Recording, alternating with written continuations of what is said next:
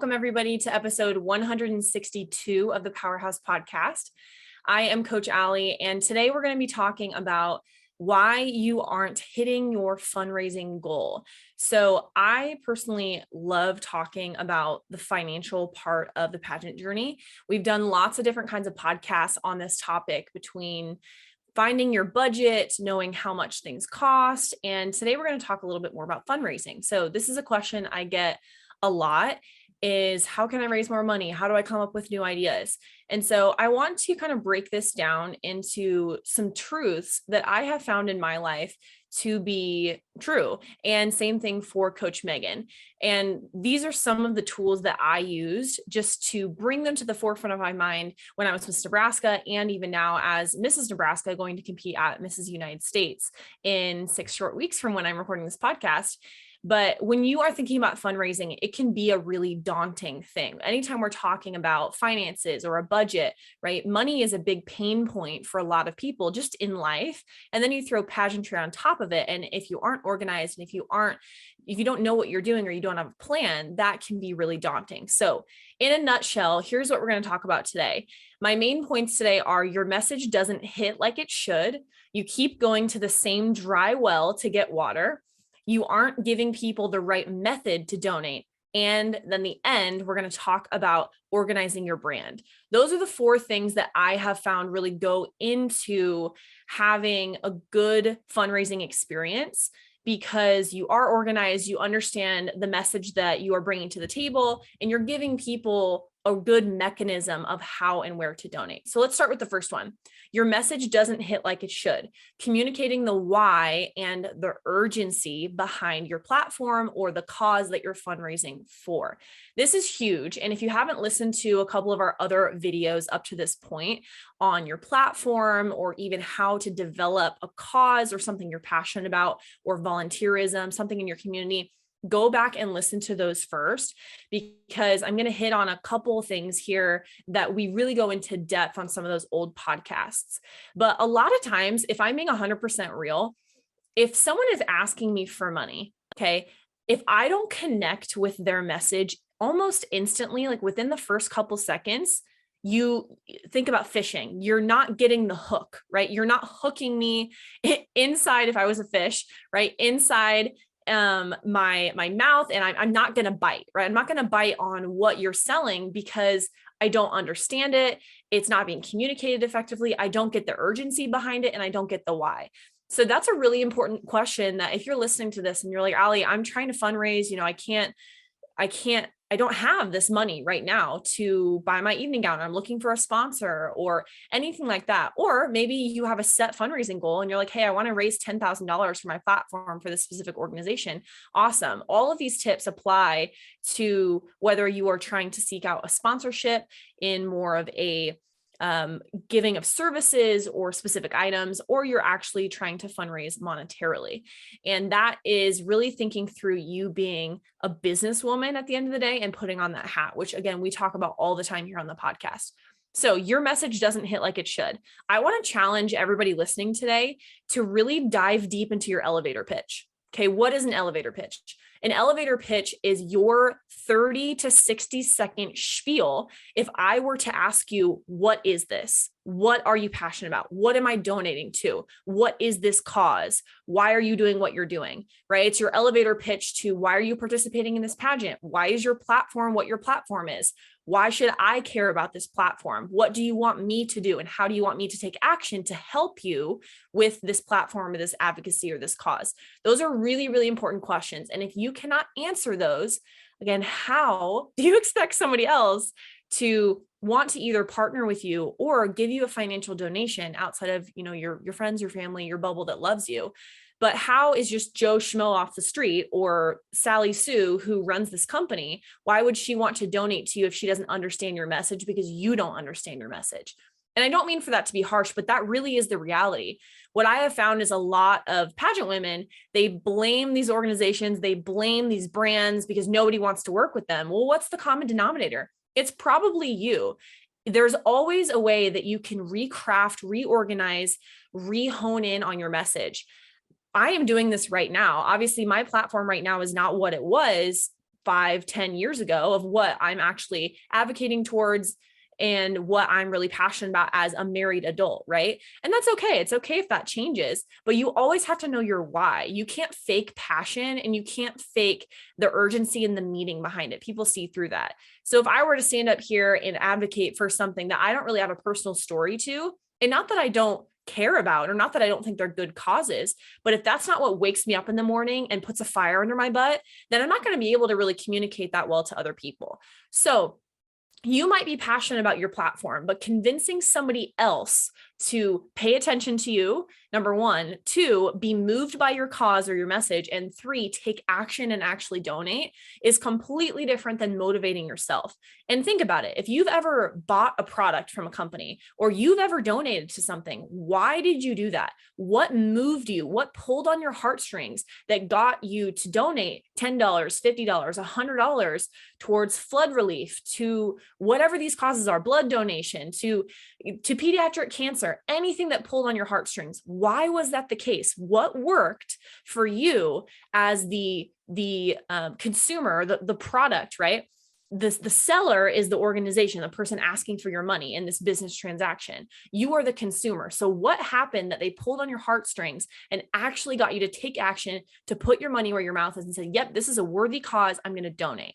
That is what you want to emulate and implement into your own fundraising journey. Again, whether it's you partnering with a specific brand or an organization or a business and you're creating services, or you're just putting on a fundraising event and you have to think, okay, how can I pull in the heartstrings of people today? Not in a fake way, but in a real way that really shows this is why I'm passionate about this, guys. And this is why you should be too. And this is why it's an urgent problem in today's society. That moves people. And those questions are really important. If you're really struggling with fundraising right now or hitting your fundraising goal, put yourself in the consumer seat is what I like to do.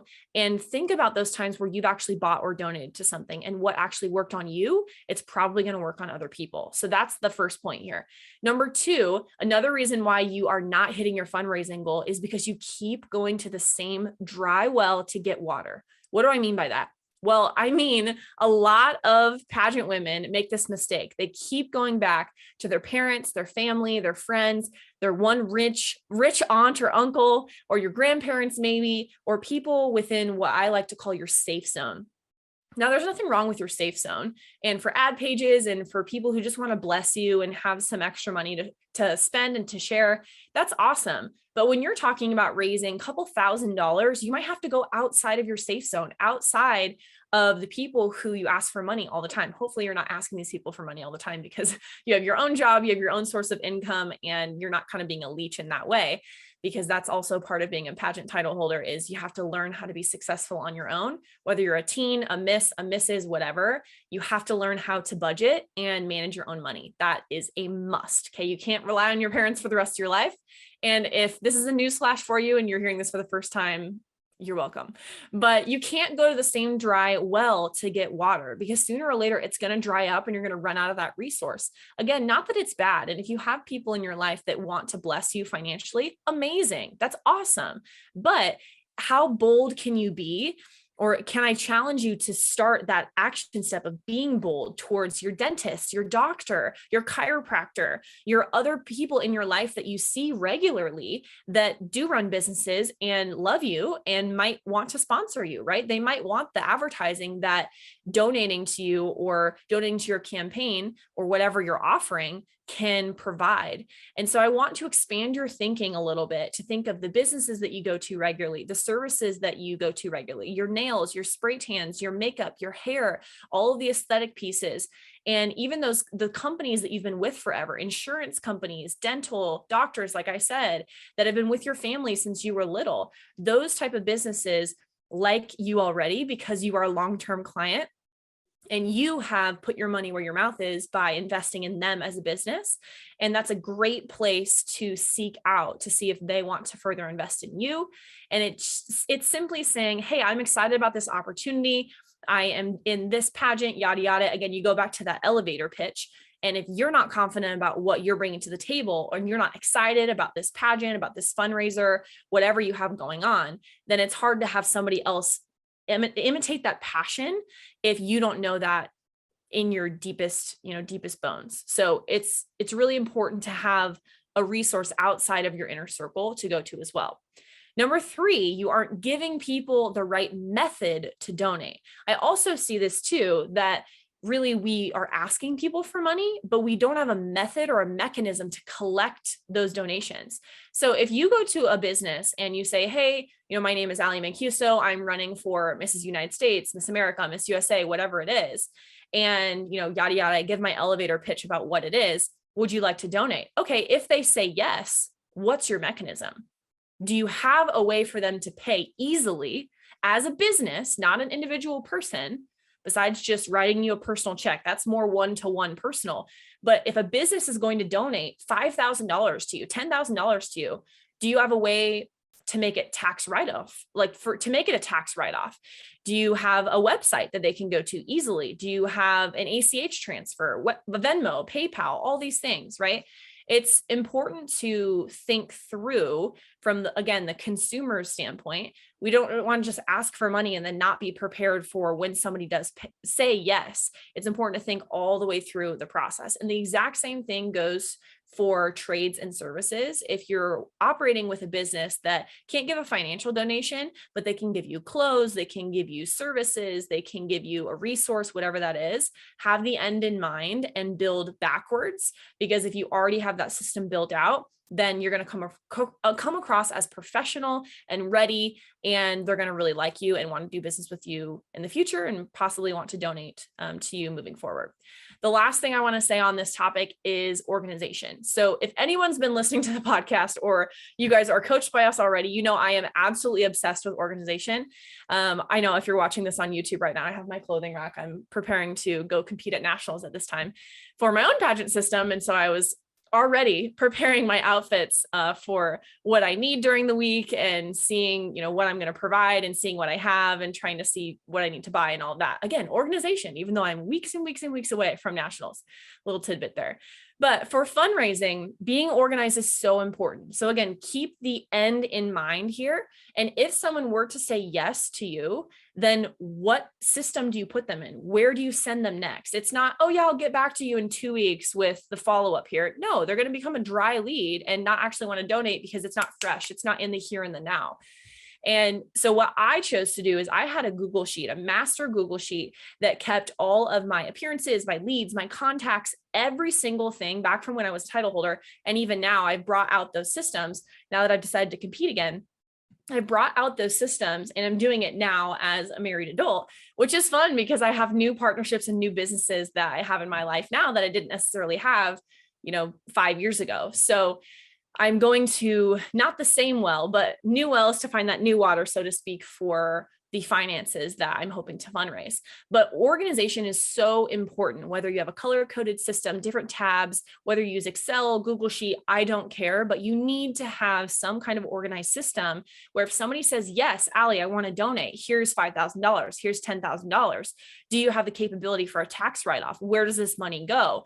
What marketing deliverables am I going to see with this financial donation? What is the added benefit of this financial donation? You need to have the answers to those questions. And being organized helps you with those deliverables, whether you're going to send something via email, if they're going to get a part in your program book, whatever the next step is, it's really, really important that you know that and you communicate that to the business or the sponsor or the partner that you're organized with. So I am going to actually give you guys a little bit more detail on my contracts and my invoices that I used when I was fundraising money and really just booking myself out and making my speaking engagements, paid speaking engagements, really applicable to businesses and making it really easy. So the categories that I used when I was Miss Nebraska, and go back and listen to a previous podcast for the amount of money that I made during my year and the amount I made for speaking engagements alone and the amount I made for working with partnerships. But it was thousands and thousands of dollars because I worked my butt off, but I was also organized. And part of that was purely fundraising money as well. But I knew my why. I knew what I had to offer. I knew the skills that I could give a business. I knew what I could trade them if it wasn't a monetary donation. And so for me, I had different categories for the type of businesses I was headhunting. So was it a business that gives you a service? Is it a business that doesn't really work in the realm of pageantry. So a financial donation would probably make more sense. Maybe they could benefit from marketing. I had different categories for these businesses and I color coded them in my Google sheet. Like red means this, purple means this, blue means this, whatever. There's no perfect system. So if you're not a color coding person, you like tabs, by all means, monochromatic, whatever your system is, it doesn't matter. I like colors and I like everything to have like 7 different categorization systems. So that's just me.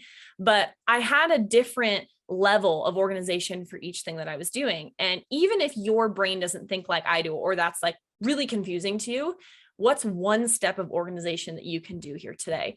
So a couple of those categories that I had on my contracts and my invoices, I had my speaking rate or my expert speaking rate, depending on the size of audience I was speaking at, the type of appearance. I had my appearance rate, which was one step under that, my trade offer, my donate my time. So if something that I knew I wasn't going to get a financial trade value or something like that from me being there for an hour or 2 hours, I would classify that as a donate my time type of appearance. And then a negative appearance is somebody who does not want to pay you. They can't pay you. They're unwilling to trade anything. They're not really organized. The person doesn't talk to you a lot. It's kind of a negative both for you and for them, and probably not worth seeking that out. And I have a couple other ones too, just mainly from a financial standpoint.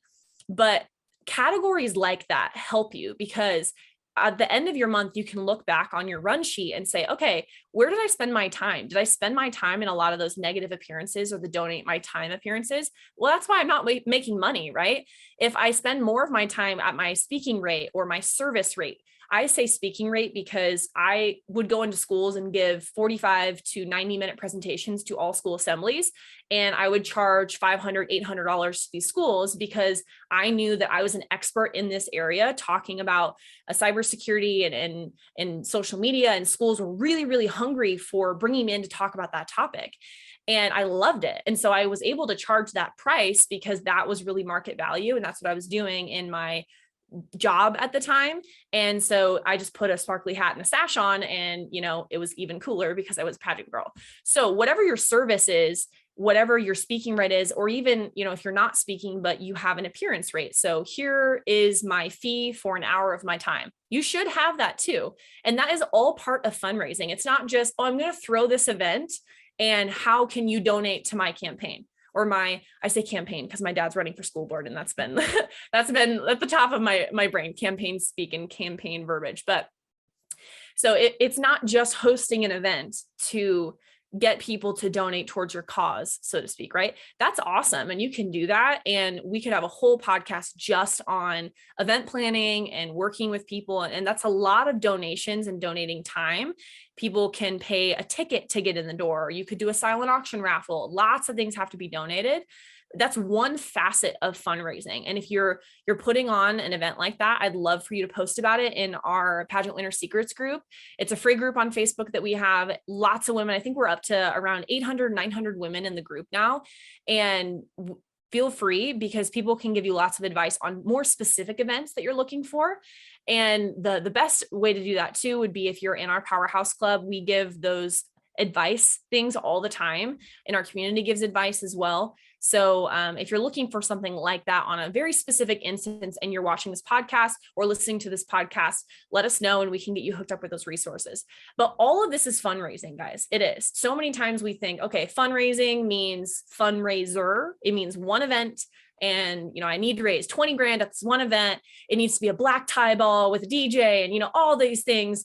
No, it doesn't. It could be a car wash. It could be a bake sale. It could be something small and still have a really, really good impact if your why and your meaning resonates with people. So I'm trying to expand your thinking a little bit to put your business hat on, put your girl boss hat on, and not that you can't plan an event for 50,000 people or whatever. I mean, go for it. If that is up your lane and you're like, Allie, I'm an event planner, I freaking love doing this.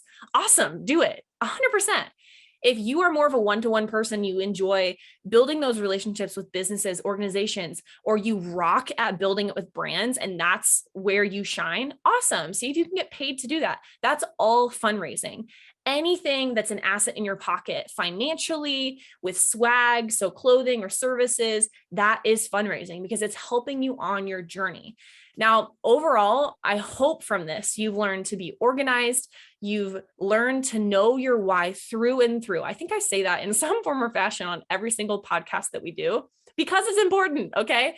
Even as an adult, if I am talking to one of my, music students, or I'm helping somebody at my church, or, I'm volunteering somewhere, I want to know your why. That's also, what people are passionate about. It never goes away, just because you're a pageant girl or pageant woman competing, that comes up a lot, but just in life, you should know your why. You should know why you're passionate about the things that you're a part of, why you are doing the things that you're doing, and how to communicate that with others. And the faster you understand that, the easier it is to communicate, and the easier networking is, obviously, and connecting with people overall. So that is fundraising, guys. I could talk about this for 2 hours, but I hope you learned something today. And if you have not yet watched or listened to our pageant veteran series or our pageant newbie series, please go back on the podcast and watch those. They are outstanding, wonderful topics that are really relevant to this time in season for a lot of you. And we have some really powerful podcasts coming up. Not to make a pun, because powerful or powerhouse, I don't even know if that's punny. No, I'm just kidding. But we have some really good content coming up for you guys. And our team is working hard to always provide relevant topics for you and to really keep this up to date for things that you guys need. So if there's a certain podcast topic that you guys want to hear, or somebody that you want us to bring on the podcast, let us know. DM us at Powerhouse Pageantry, DM me at Ali Mancuso or Megan on her Instagram, and we would happily respond. We want this to be a free resource for anybody listening, regardless of the age you are, what pageant system you're in. We just want to be a resource for you guys. We love our listeners so much. And again, if you have any podcast topic, any person you want to bring on, let us know. Let me know your favorite part of this podcast in Pageant Winner Secrets. We post that graphic for this week, and I hope to see you guys next week. Have a great rest of your day. Bye. Hey guys, Coach Megan here, and thank you so much for listening to this episode of the Powerhouse Podcast. We're so honored to have you wherever you are, near or far away from the great metropolis of Omaha, Nebraska, where we are from. We are so proud to be your virtual coaches. If you could just share this with a friend that you feel like needs to hear this today, give us a 5-star review if you haven't already, and click that link below in our show notes. We promise we are the nicest people, and we'd love to meet you, and we'd love to figure out if you're a good fit for our programs, or make a suggestion for a different coach, different consultant, different person that's a professional in their field that can help you. We're not territorial about needing to coach every person in the world. We just want you to find your right fit so that you can make your dreams come true and unlock the winner within you. Anyways, just wanted to encourage you guys in that today. Again, leave us a review, DM us on Instagram at any of our handles, and with that, we'll see you guys next week.